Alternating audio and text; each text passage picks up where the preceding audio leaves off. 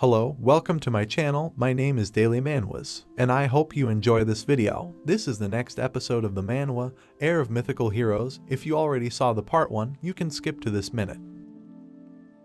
This story begins when one day, numerous towers started appearing all over the world. No one knew why these changes happened, but according to the people who experienced the tower was so similar to the mythology as if someone had copied it from some story. Some people were excited to meet the heroes from the mythology, but the situation wasn't in the favor of mankind. Dungeons and monsters began spawning around the tower, and in order to protect the world from those things, some people started analyzing the towers and started to destroy the dungeons. They were called as the dungeon adventurers. The dungeon adventures that he used to watch as a child were amazing. They saved people with their abilities, and their names were known to the world. That's how he made up his mind to become an adventurer. In order to achieve his dream, he started to study very hard. As he studied more and more, his understanding about mana and mutation started increasing. And when he was about to read all the books in his country related to the dungeon adventurers, he got the first rank on the written exam. Now, he was able to enroll in the Adventurer Academy where only the elites could enroll. He couldn't believe that he could finally achieve his dream.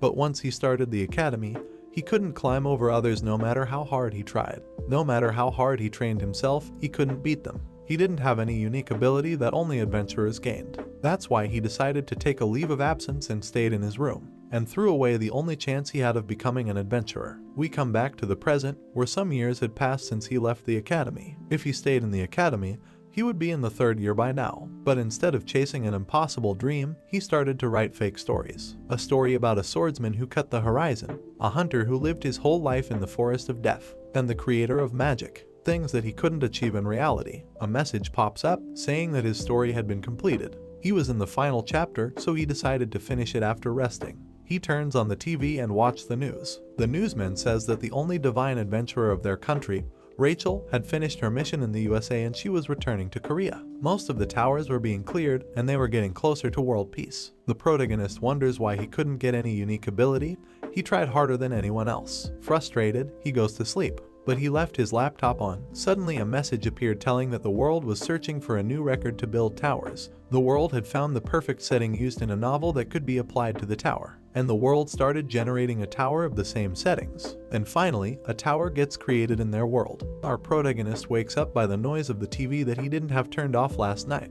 The newsman says that a total of 5 new towers had been built in their country, and the name of the tower was the sword that cuts the horizon, executor of evil, and the black divine spear. The protagonist is shocked when he hears this. Another man on the TV says that they thought they were getting closer to peace, but now there were new towers and dungeons. And now a total of 7 new towers with the highest rank had been found. The protagonist couldn't believe his ears, so he quickly opens the laptop and sees that his novel was gone. It simply disappeared, even all the original documents he saved. He wonders if he was still sleeping. He suddenly gets a message saying that the novel he wrote had been chosen by the world. His name was Han Young-min. His class was the author of the story.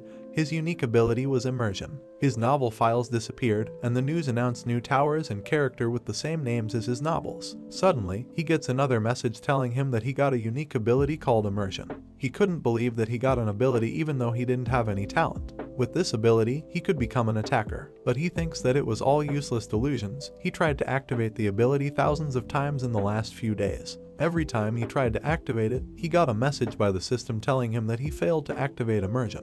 The system had so many requirements to activate the ability, so he leaves and goes to a supermarket to buy more beer. While buying, he thinks that he had to find out a way to borrow the power, and wonders how he was going to use the ability, when suddenly a girl appears. She was Lee Saren, his next-door neighbor. She was a student who possessed a unique ability called Ice World. They got close when he tutored her at her mother's request. But she also was his junior as an academy student right now. He never encountered that girl at the academy. She also took a leave of absence shortly after admission, but he had been avoiding her. He was worried that that brat might have heard the rumor. Saren grabs his hands and asks him where he had been, and asks him if he had been drinking a lot of alcohol because of his smell. He responds that he came to buy something to eat. Saren tells him that he should eat properly and not just instant food. The protagonist changes the conversation and asks her if she was adjusting to the academy. She responds that she heard that he was very famous at the academy. He got offered from the Heavenly Mansion Guild as an analyst. Heavenly Mansion Guild was one of the top 3 guilds in their country. No one could sign up with grades. He became very famous after dumping the guild that everyone coveted. The protagonist says that he didn't want to talk about it, when suddenly a message pops up telling him that the author of the story had detected the energy of Everton.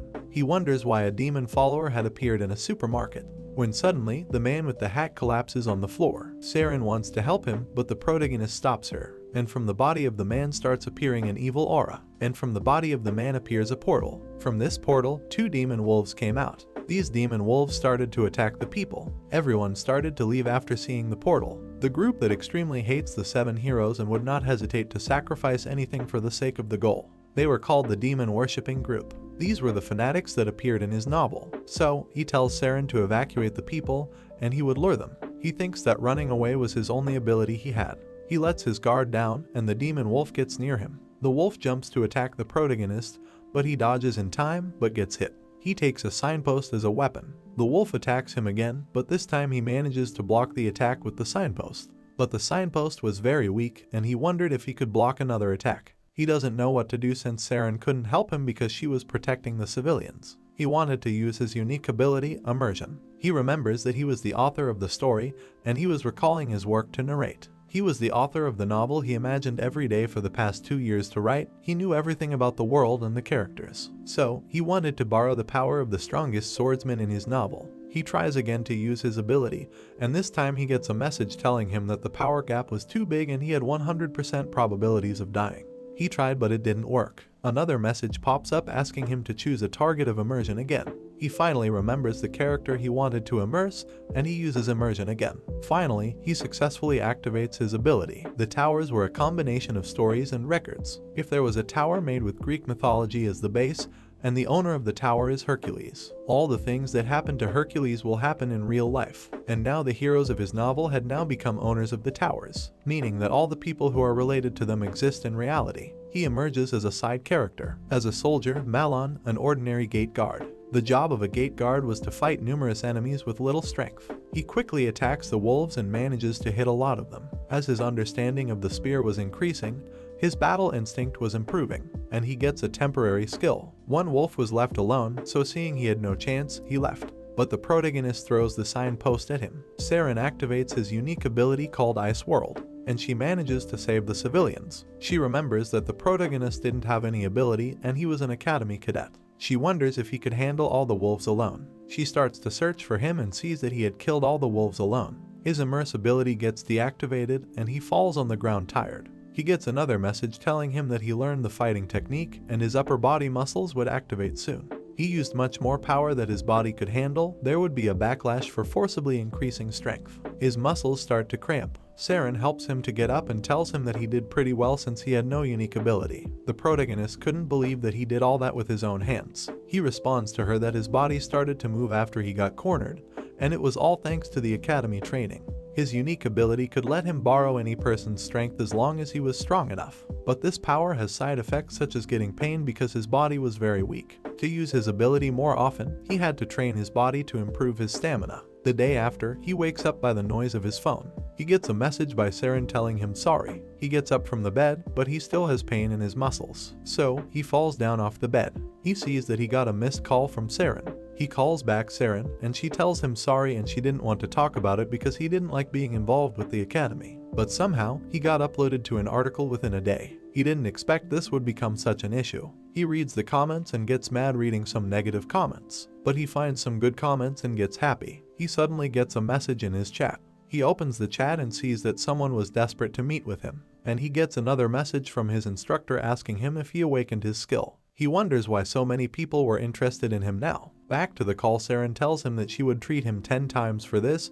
He asks her if he could choose something expensive. She says yes, and then they hangs up. Now that his body had gotten better and he had found a way to use his ability. He couldn't sit still like this, so he leaves his house and goes into the metro station. In the early days when the towers were first created, countless rankers tried the challenge of attacking the tower. The rankers who succeeded in attacking the tower were given regressing skills, or they gained authority and public attention. But right now, the difficulty of the tower had increased and it was almost impossible to attack. Even so, the attackers trying to challenge the tower haven't stopped. He wonders if those who keep trying after failing were perverts. Then again, there is also a saying that you will succeed in life even just by attacking alone. Strangely enough, no one had been able to enter the Sword Master's tower, even the high rankers. He finally arrives at the Sword Master's tower. After running for a while, he arrives at the entrance of the tower. At the entrance, there was a big stone with some text written. He touches the stone and gets a message telling him that he was feeling the energy of one of the 7 heroes. He thinks that he was the only one who could see the messages, when suddenly someone tells him to not touch everything.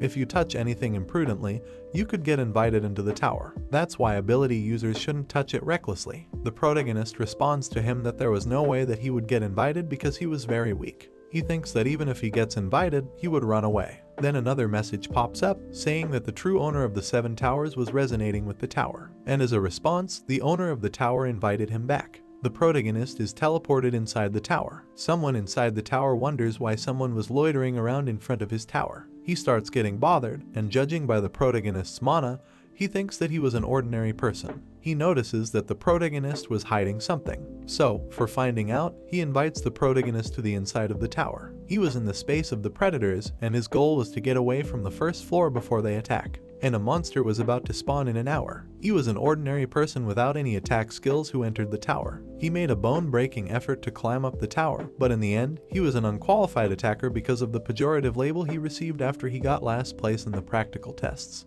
He thinks that even if he had awakened a unique ability, he couldn't attack the tower. Suddenly, a purple message pops up in front of his face, telling him why he was still standing like a scarecrow and makes fun of him. The protagonist gets scared of seeing so many purple messages popping up. In one of the messages, he tells the protagonist that he was a cripple class who just got lucky. The protagonist discovers something and asks him if he could lower the tower difficulty. Another purple message pops up, saying that it was his tower, so it's up to him to lower the difficulty. The protagonist discovers that it was Eden, one of the protagonists from his novels. He was the main character of the 7 heroes, a character that reflected him. He was talentless. A boy who knew how to wield the sword but had no talent in mana. Eden awakened his mana with the help of a teacher. Then he met colleagues and headed to the Devil Castle. And after defeating the demons, he became a respected hero. Eden was his dream life character. Eden leaves, saying to him that he called him and lowered the difficulty, so he had to get out by himself. He was left alone, but he didn't have a choice. And he only had 50 minutes before the monsters were going to flock in.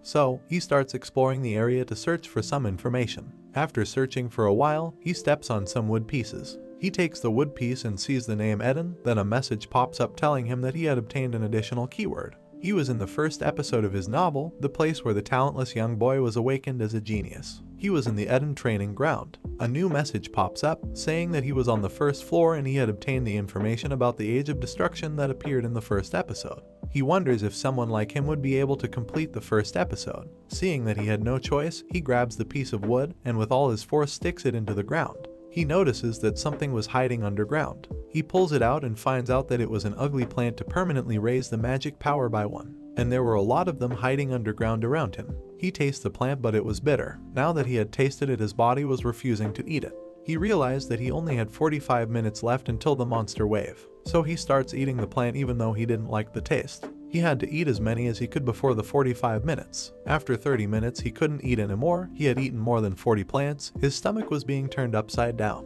Now his mana had increased, and to swell the limit of mana that his body could tolerate, his body balance was very unstable at this point. Now that he had some mana, he meditates and starts pouring all his mana into the wooden sword just as Eden did. Eden wonders if he already knew about this tower, as he had ate the plants to increase his mana. The protagonist was now in the last step. She was one of the royal magicians of a small country, and after losing her comrades in a demon subjugation, she started living in the countryside, where she met Eden. At that time, Eden was often injured himself due to his unstable mana. Seeing him hurt, she taught him how to control his mana. After that, Eden's mana had stabilized a lot, and she became a magic teacher in the rural village. Now that he had purified his mana, the condition for immersion was fulfilled. He took a stick and sticks it into the ground with force, and activated immersion and chose Dare Marcia as the character he wanted to immerse. Now her blessing of magic were covering him. Eden was surprised that he had the same mana that his master. The protagonist had refined the poured mana and collected it in his heart, and started bringing it back from his heart to his fingertips. And lastly, he was pouring all the mana, but suddenly he gets a warning saying him that his mana was being severely depleted as he was transferring all his mana into the wooden sword. Suddenly he gets heart problems because he was using an excessive amount of mana. Eden wonders who was see in reality and how he knew how to use mana control. Back to the tower, the protagonists get another warning saying him that if he continued he might die. This was an act of suicide, he already knew it, and he wasn't scared of dying. He preferred dying this rather than dying helplessly. Dying after putting his best into surviving was 1,000 times better. He uses the remaining mana with all his force, and finally transfers it into the wooden sword. Then he gets a new message saying him that the first floor had been successfully cleared. But doing this he died. Now the sword was paying tributes to his death, and now he had unlocked a hidden strategy. Outside the tower, a TV reporter was live broadcasting, telling everyone that there were numerous attackers in front of the tower. It had been 2 weeks since the tower was built, and since then, no one had been invited to the tower. She goes to interview a handsome attacker. While she was interviewing him, suddenly a message pops up in front of the tower saying that the first floor of the Swordmaster Tower had been cleared, and no one else will longer have the qualification to enter the tower. The two cameramen thought that since no one of the attackers had been invited, it was cleared by a monstrous rookie. So they head to the entrance to get a chance of getting an exclusive interview, and they tell the reporter to come with them. While going to the entrance, she steps on the protagonist who was sleeping on the floor. He wakes up outside the tower and wonders if he had cleared it. Suddenly Eden starts talking to him outside the tower. The protagonist asks him how he was able to talk with him outside the tower. Eden tells him that he was the only person who could talk with him inside and outside the tower, and congratulates him for his performance. The protagonist didn't want to have him around, so he decides to go somewhere else. But Eden was going to follow him from now on. Now his body was overflowing with mana, so he checks his stats. He sees that his mana had increased 6 times so quickly, and he gained 7 new skills. Eden tells him that he didn't only give him skills. The protagonist opens the stat window and sees that he had gained a new passive skill and all his mana limits had disappeared. It was like a cheat. Seeing this, he quickly leaves his house and goes to the first test center to check his combat ability level and his new skills. A new message pops up saying that someone around him was using mana. Thanks to this, he turns around and dodges a soda can. This soda can had been thrown by Han Yujil, who was furious after seeing the protagonist. He was Youngman's classmate in the academy and had a rare unique ability. He used to bully him in the academy. First, he thought that the protagonist was smart, but after beating him, he concluded that he was only a nerd. Han Yujil wanted to beat him now again that they meet again. But just before fighting, someone said that now academy guys were wild these days. Han Yujil didn't want Ko Bamjoon to notice him fighting, so he leaves, telling the protagonist that he was lucky today and he better be ready for the next time they meet. The protagonist wanted to show him his new power, but for now, he held back because he wanted to focus on the evaluation. He enters the gate to start with the evaluation. The system gets activated and he gets his recognition, and he chooses the lowest difficulty. He chose the lowest because he wanted to climb up slowly. A new F-class monster gets spawned. Now he had to choose his weapon to fight the monster. To confirm his stats, the requirements should be the same as when he was a student. He chooses the sword, then a sword appears in his hand. He feels his body light now, just like when he used immersion. He wanted to see how much he had changed since then. He quickly cuts the F-class monster in half within 3 seconds, beating his previous record of 32 seconds. As his record was shortened, now the difficulty went from the lowest to low. He gets very happy after seeing that he had beaten his previous record. Now a new monster appeared. Outside, some people were watching him doing the test. Han Yujil notices that one of them was Ko Bamjoon. He was a 0th-generation attacker. He attacked the Tower of Zeus and finished it. He had 7 unique skills. Han Yujil, seeing this, comes close to Bamjoon and tells him that he wanted to learn from him and if he wanted to take a look at his sparring clip. Bamjoon ignores him and says that he just discovered an interesting friend. Han Yujil looks at the TV and sees that the person who was getting all of Bamjoon's attention was the protagonist. Bamjoon opens the mic and talks to the protagonist. Bamjoon thinks that he was pretty interesting. The virtual test was made to test all 5 human senses. In this test, you can even feel the pressure of death vividly. That's why most of the evaluators fall into extreme fear. But he wonders what was wrong with the protagonist. He wasn't scared, and wonders if he was fearless or just ignorant. So, to see it, he talks to the protagonist. He tells him that he should go a bit further in, and then he will be able to see the monster's weakness. The protagonist didn't know what he was talking about, and wonders how he was going further with the monster in his face. Seeing that he had no other chance, he faces the monster. He attacks the monster, but the monster swallows his attack. Then he notices that the monster had a crystal in his nape, and discovers that this was his weak spot. Now he had to aim for that weak spot, deep and strong. He jumps and attacks the crystal, defeating the monster. He had defeated the Iron Wolf and had a hunting time of 4 minutes and 50 seconds. Everyone watching was impressed. Han Yujil wonders if he was the same person that he used to bully in the academy. The protagonist comes out of the test room and wonders how he had become that strong, and thinks that it was because he took a break for 2 years, and his growth was pretty slow. He could have used immersion more freely if he trained more. He wanted to immerse as Eden and wondered if his arrogant personality would get immersed in him. Bayam Jun comes across him and tells him that his early performance was pretty good. He used academy-style swordsmanship. He asks him if he was an enrolled student. The protagonist sees that Han Yujil was with him. He gets nervous and responds that he was on a leave of absence right now, because the instructors didn't teach him properly. Bayam Jun, seeing that the instructors didn't have any interest in their students, tells the protagonist if he wanted to get trained by him. Han Yujil wondered why he wanted to teach a nerd like him. He would teach him every technique that he wanted to learn, from swordsmanship, hand-to-hand combat, and other spear techniques. The protagonist gets impressed that he was going to teach him everything, and wonders if he was an all-class master. He rejects after thinking that he would have to pay 30 million won as fees. Seeing that he rejected, Bayam Jun tells him that he personally would examine him and determine what suited him the best. He activates his adventurer eye and starts looking into his information. He gets a warning that an outsider was trying to infiltrate the original author of the story. Bayam Jun comes inside and watches his soul, using his ability, and sees that he had nothing special about magic. This was the first time he had seen someone like him, but he decides to continue because he wanted to dig and throw him away. He uses his adventurer eye and starts looking again. The protagonist couldn't breathe and wondered what he was doing. He needed to get him out of his body as soon as possible. He uses the hero's magic to protect himself, retaliating against the opponent. Bayam Jun's adventurer eye was going back to him. He was the father of the adventurers, Choi Bayam Jun. He had incredibly strong magic. He was a monster. Bayam Jun comes out and tells him that he should become his disciple. The protagonist was surprised that someone strong like him wanted to train a nerd without any ability like him. It was an honor for the protagonist. Han Yujil was jealous because he always worked hard and he was more skilled than him, but still, he was the one who got all the attention. The next day, the protagonist was in his room resting, because Bayam Jun told him to rest while he was going to prepare his training, because after the training starts, he would be begging for mercy. But he would have no mercy even if he was dead, and the training wouldn't stop. So, while resting, he tries to collect more information. He sees that all his academy professors were fired because of Bayam Jun. He suddenly gets a message saying that he had detected a piece of information inside the story. He sees that he had opened a page with someone asking if someone had seen the winning prize in the potion making competition.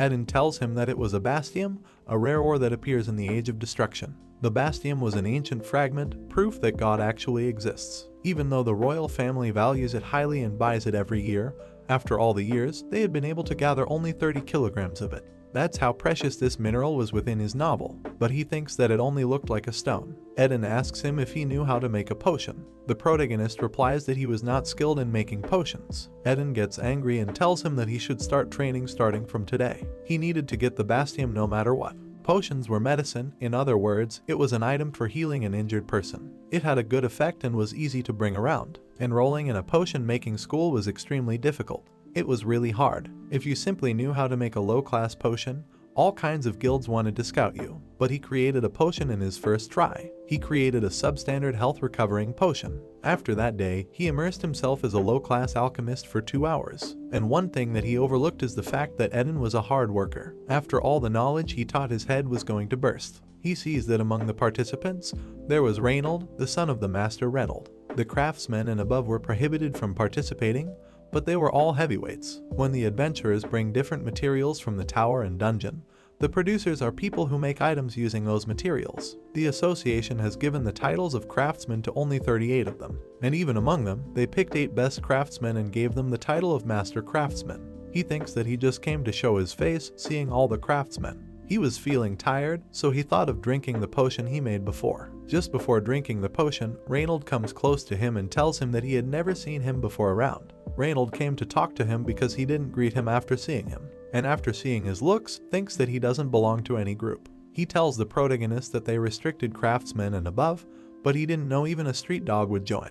After saying this, Reynold leaves. The protagonist gets super mad, and the only thing he was thinking now was to beat his ass in the contest. The time allocated was 2 hours. You just have to pick a herb and make a potion. They were quite good, considering it was an amateur contest. Reynold sees the protagonist standing still and thinks that he was image training during the contest. He leaves, thinking that he was a loser and he had no time to lose. At Bayam-jun's house, some workers were installing gravity-controlling magic circles and mana concentration magic circles. One of the workers tells Bayam-jun that his new apprentice was talented. She asks him who his new apprentice was. Bayam-jun replies that he was just a kid who took a leave of absence from the academy. Someone like him was able to block his soul class skill called Adventurer's Eye, meaning that he had an ability that was at least a soul class or above. He replies to her that he was just trying to take care of a student who worked hard, and that's why he was called the father of the adventurers. He left because he had to do an important business. Back to the contest, the protagonist uses immersion and immerses his Aryan Pepper. She was the greatest alchemist in the original story. She wasn't the brightest, but she was the best when it came to precise mana control. She knew exactly what she lacked.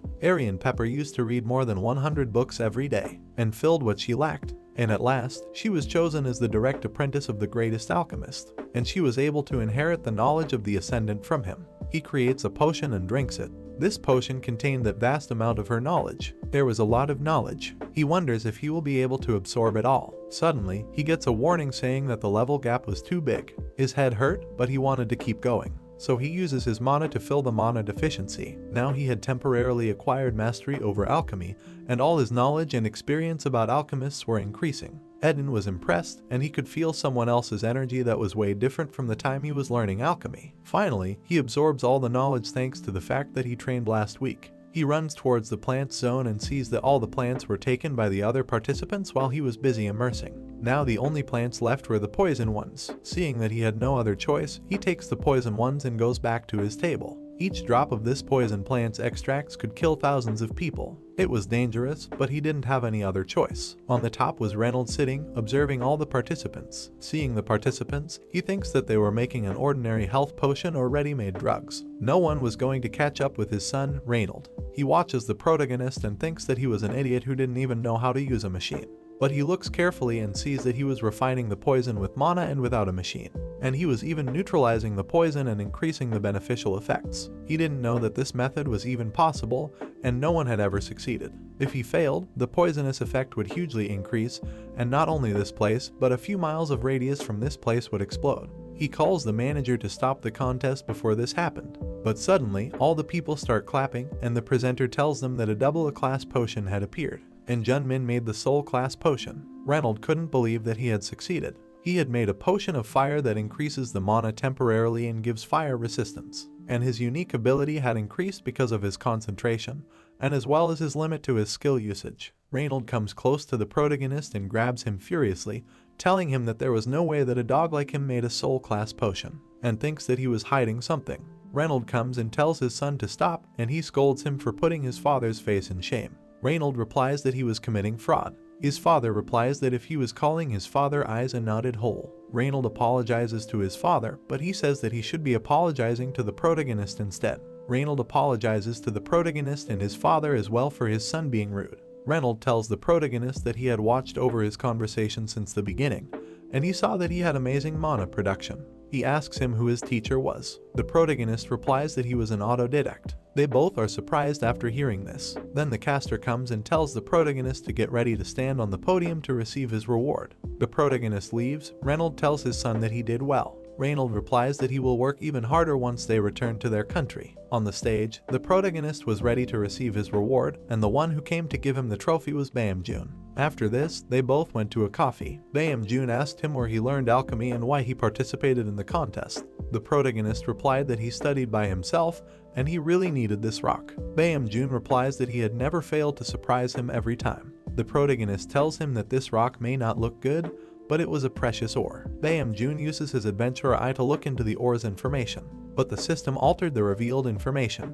Bayam-jun sees that this was a soul-grade ore which hided its owner. He gets surprised because the protagonist knew that this ore was special, and even the competition organizer speculated that it was an unidentified mineral. If it was up to him, he would like to pry him. He tells the protagonist that he will have to wait 1 month because he will give it to a master craftsman. He leaves, telling him to take a break and not search for more minerals, and recommends him to meet with his friends. He hadn't contacted his only friend for the past 2 years. He suddenly gets a call from his friend. He realizes that his friend was calling him near him. Ever since they enrolled in the academy, he had displayed great talent in all the classes. He was a man with a variety of talents. Among them, he had the greatest talent in swordsmanship. He had enough talent to attack an B-class dungeon alone. He tells the protagonist that his group was on fire when he told them that he was his friend. All of them were very jealous, and Yuna told him that she would come here as soon as she had time. The protagonist didn't expect to see them this fast. The reason that he could endure the hard life in the academy was all thanks to Yuna. Suddenly, a warning appears, telling him that he detected the movement of the devil worshipper, and they both start to feel the evil aura, but they both were very familiar with this evil mana. And the one with the evil mana was Yuna.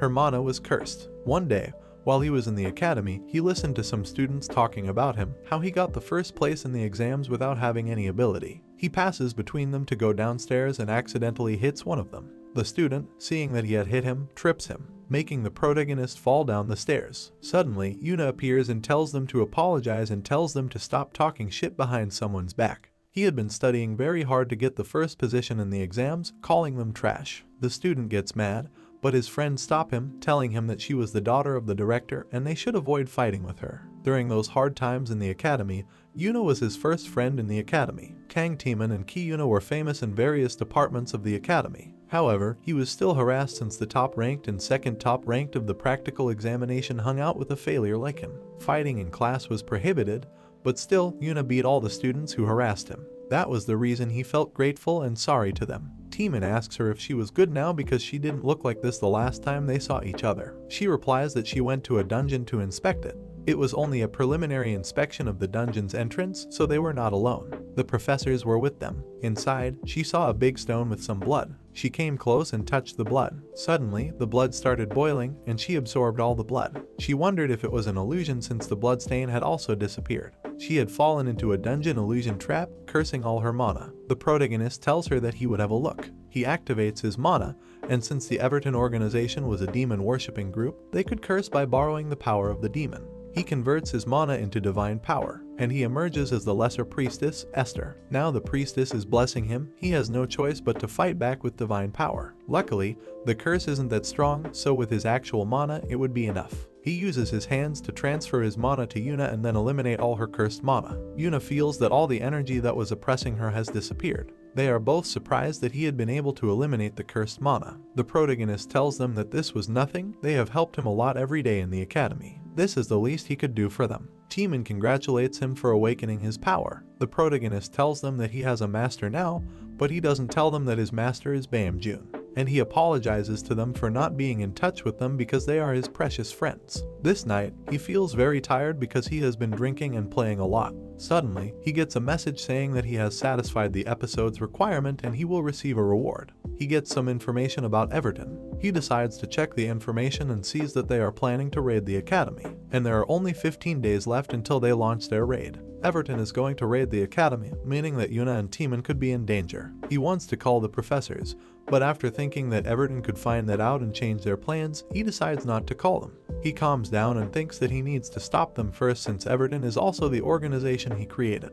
He has to take care of this no matter what. He doesn't want people to get hurt because of him, especially Yuna and Taemin. He comes out of his room and sees the gym that the workers built the other day. Baemjun tells him that this is his training room. The protagonist wonders how it is possible to put such a training room in a house basement, being better than the academy's gym. And he points at the door, saying that it is the 5th generation virtual combat system. That is the only one in Korea, being incredibly expensive. Baemjun says that it is only 50 billion won. It isn't that much expensive. He gives him a box which includes the story appraising the Bastium. He opens the box and sees that it is a refined Bastium with a unique grade that chooses its owner and amplifies the mana and can store extra mana. It is made by fine craftsmanship. All the forgers made one hell of a fuss about where he got it. All of them begged Baemjun to sell them the Bastium. Since the protagonist is the owner, he can't sell it. The protagonist goes to the room to begin his training. He wonders what he is going to learn first, the real swordsmanship or how to handle mana, or magic. The door gets closed, and the air circulation inside the training room is suspended,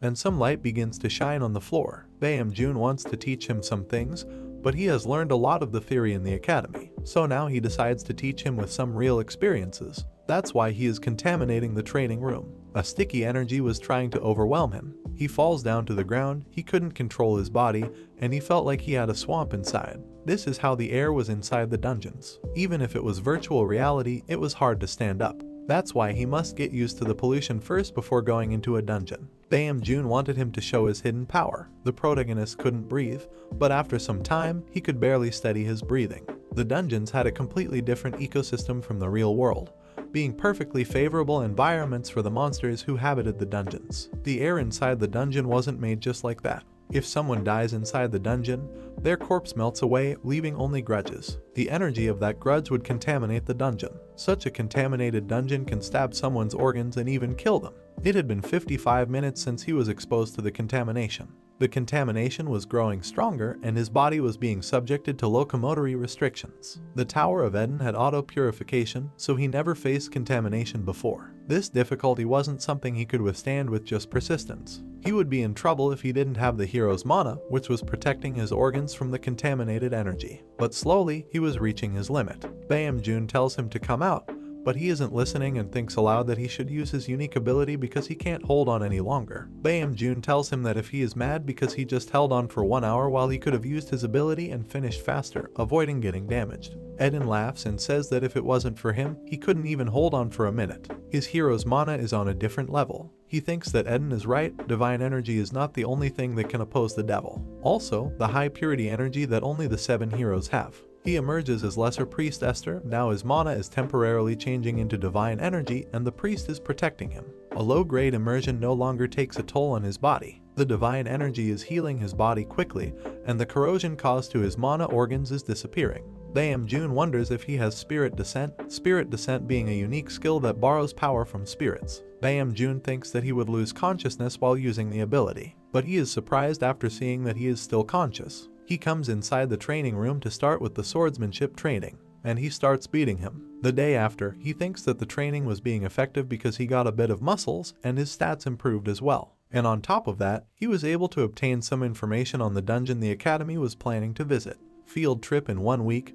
They said it was near the surroundings of the Shepherd of Light Tower. Fortunately, this dungeon was classified with the lowest difficulty. Even then, there would be personnel to guard the students. He had been preparing a lot for the Everton attack the past week, and thanks to his master's training, he not only improved his physique, but he also improved the speed of operating mana. And now the low-level immersions had no side effects. Now he could try emerging on an intermediate level. He also improved his alchemy, so he created some intermediate class potions and put them up for auction. And thanks to that, he was able to earn some money. He went to an artifact department store and bought high-quality equipment with the money he made from selling potions. Improving his swordsmanship skill, he was able to completely master the sword, and now he could practice his swordsmanship unconsciously. He even bought an extraterrestrial bracelet that distorts space and holds up to 200 kilograms of objects. Suddenly, he gets a call from Bae-Jun. He picks it up. Bae-Jun tells him that the association asked him a favor, saying that student safety is important, so he decided to go there as the chief manager. There were high-ranking personnel and professors too, so seeing that his master was going as well, meaning that it would be super safe, he tells Bae-Jun that he wanted to go as well. Telling him that he had quit the academy while believing in him, he couldn't even dream of going on a dungeon trip until he gets his attacker license. At a time like this, he at least wants to get a taste. Bae-Jun, after thinking that he had reached the level where he could clear the lowest level dungeon alone, decides to take him, but with the condition that he would have to stick by his side. 1 week later, he told his friends that he was going on the dungeon trip with them. On the Everton guard, one of the Everton members tells his boss that Yuna definitely fell into the trap, but the reaction had disappeared, wondering what would have happened. They were preparing seeds again. When they let their guard down thinking it's the lowest grade dungeon, he would plant the seeds again. But this time, if he failed, he would die as a punishment. The next day, the protagonist went to the academy for the trip. While he was waiting, Saren came and told him that she was going on the trip as well because she was selected and she received a scholarship. He thinks that, setting aside Yuna and Timon, if something went wrong, Saren would really be in danger. Now, they both arrived. Then Bae-Jun arrived, and all 3 of them were impressed that he was going to the dungeon with them. The protagonist got nervous because he didn't want to get attention. He wants to go home. Bae-Jun comes close and greets the protagonist and tells him why he was pretending to not know his master. Seeing that he had no way to hide it, he presents his master to his friends. After several minutes on the bus, they arrive at the Night of Scream. This was a scary forest. Han Yujil was behind and furious that someone like the protagonist, Weakling, was his disciple. He really hated him. After walking for a while, they come close to ghosts. The protagonist remembers this episode and tells Bae-Jun that no matter what happened, they shouldn't attack the ghosts. Bae-Jun replied that this was a dungeon, and they were evil spirits. The protagonist tells him their appearance gives you goosebumps, but they weren't attacking. If they really had the thought of attacking, they would have done it as soon as they saw them. Bae-joon asks him how he knew that. This was an episode that the protagonist had written. The Night of Scream, with an easy difficulty, a cemetery of souls who died after suffering all their lives, full of resentment, feel a strong desire for the bodies of living beings. If you attack them, all the dead in this forest would become evil spirits and chase you until you die. He replies that he read it in a book, and they were not evil spirits for now. If they attack them first, something bad would happen. Bae-joon decides to believe him for now. He orders the others to not attack them for now. They would stay alert until they attacked first. All of them were confused. Han Yujil replies, furious, that if he wanted to take them as his disciples too. Bae-joon tells him that he would address all his complaints later. Then, the head of swordsmanship department comes and says that he didn't care about his disciple, and this was a matter of the student's safety. He tells Bae-joon that the protagonist said that because he was just scared of the ghosts. Bae-joon calms him down by telling him that for now, they should find a way to conquer this dungeon without attacking the ghosts. The man didn't listen to him because he was too excited now. He prepares to attack the ghosts. With a quick attack, he defeats several ghosts. The man says why they tried to stop him by doing something this simple and asks Bae-joon if he would have taken the responsibility if the students got hurt. The protagonist was only thinking about why he didn't stop him. Bae-joon replies to the man that if he had forgotten who was responsible for this dungeon.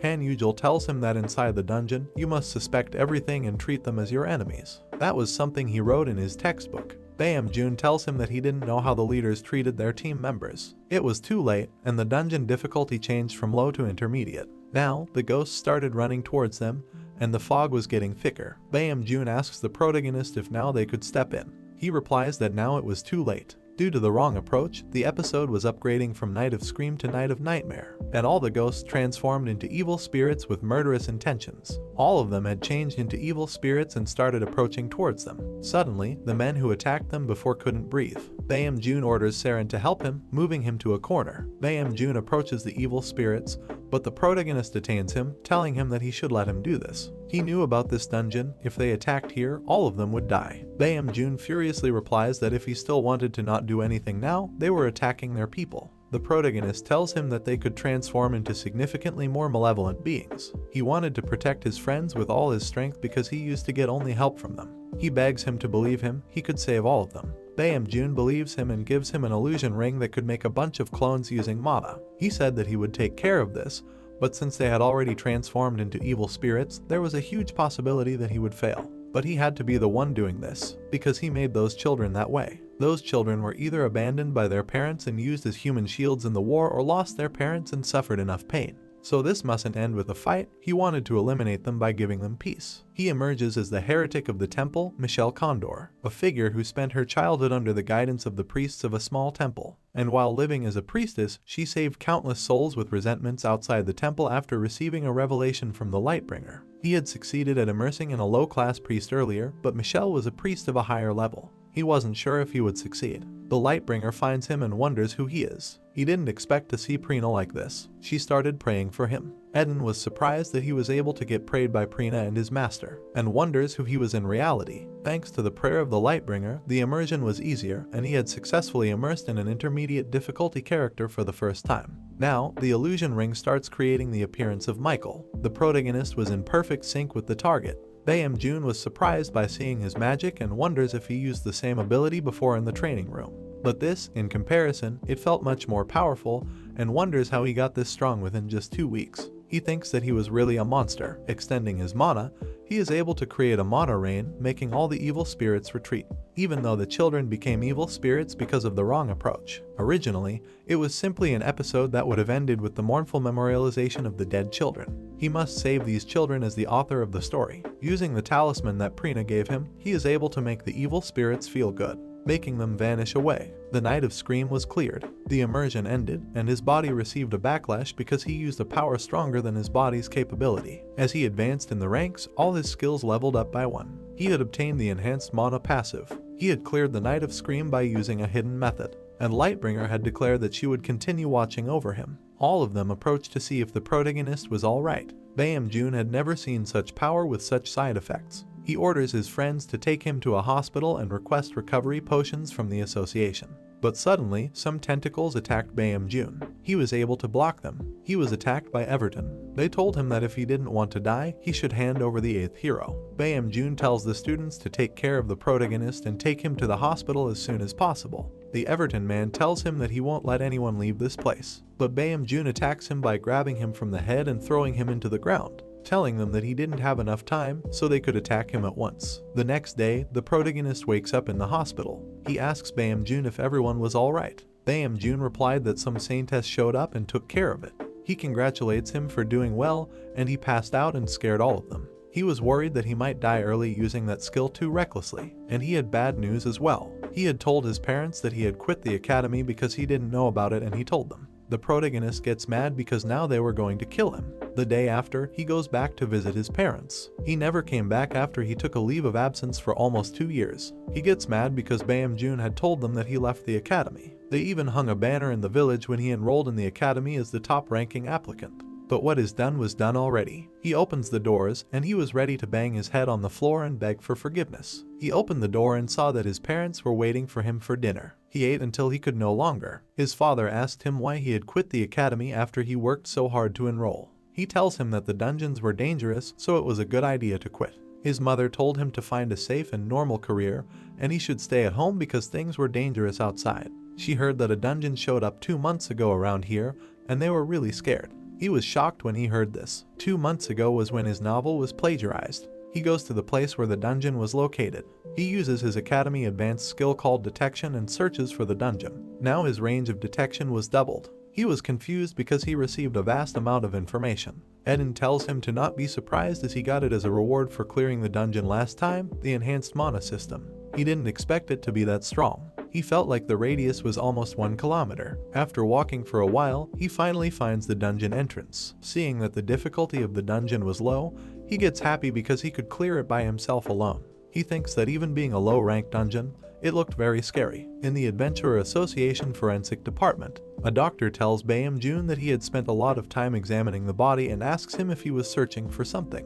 Bae-Jun replies that it was frustrating because there was no information except the mark. With the mark, he couldn't even guess where these guys came from. He wonders who he was referring to, saying that if they didn't want to die, they should hand over the 8th hero. Back to the dungeon entrance, the protagonist was hesitating if he should enter or inform the association first. If he went to the association, the dungeon could break in the meantime. Suddenly, a gold window appears saying that she was disappointed. He wonders if it was the Lightbringer. She replies that he should call her Prina instead of that nickname. He was surprised that he wasn't only able to talk with Eden, but now he could even talk to Prina, and wonders if there was some kind of connection that happened in the Night of Scream. Prina tells him to be more confident. She saw him helping the young souls to move last time. She encourages him, telling him that she believed in him. With this boost of confidence, he decided to enter. He wanted to take care of it as soon as possible because it was near his house. The dungeon starts generating and starts creating a trial looking back through his past memories. He was sleeping and woke up to the noise of his phone. He wonders why he was lying on his bed when he was sure that he had entered into the dungeon.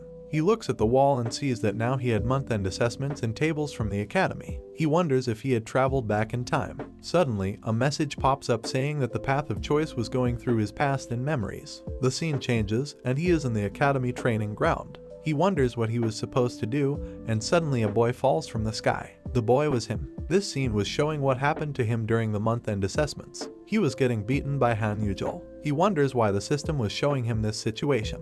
Han Yujil and his friends were making fun of him after beating him. Suddenly, he gets an email telling him that he had only 4 days left of his permitted leave of absence. He would be expelled if he exceeded the limit. He gets furious, and the dungeon starts detecting his fear and brings back the person he feared in the past. Suddenly, Han Yujil appears behind him. This was the initiation trial. The reason the dungeon projected his past was to fight Han Yujil. Even if he had gotten stronger, this was too much. He was screwed.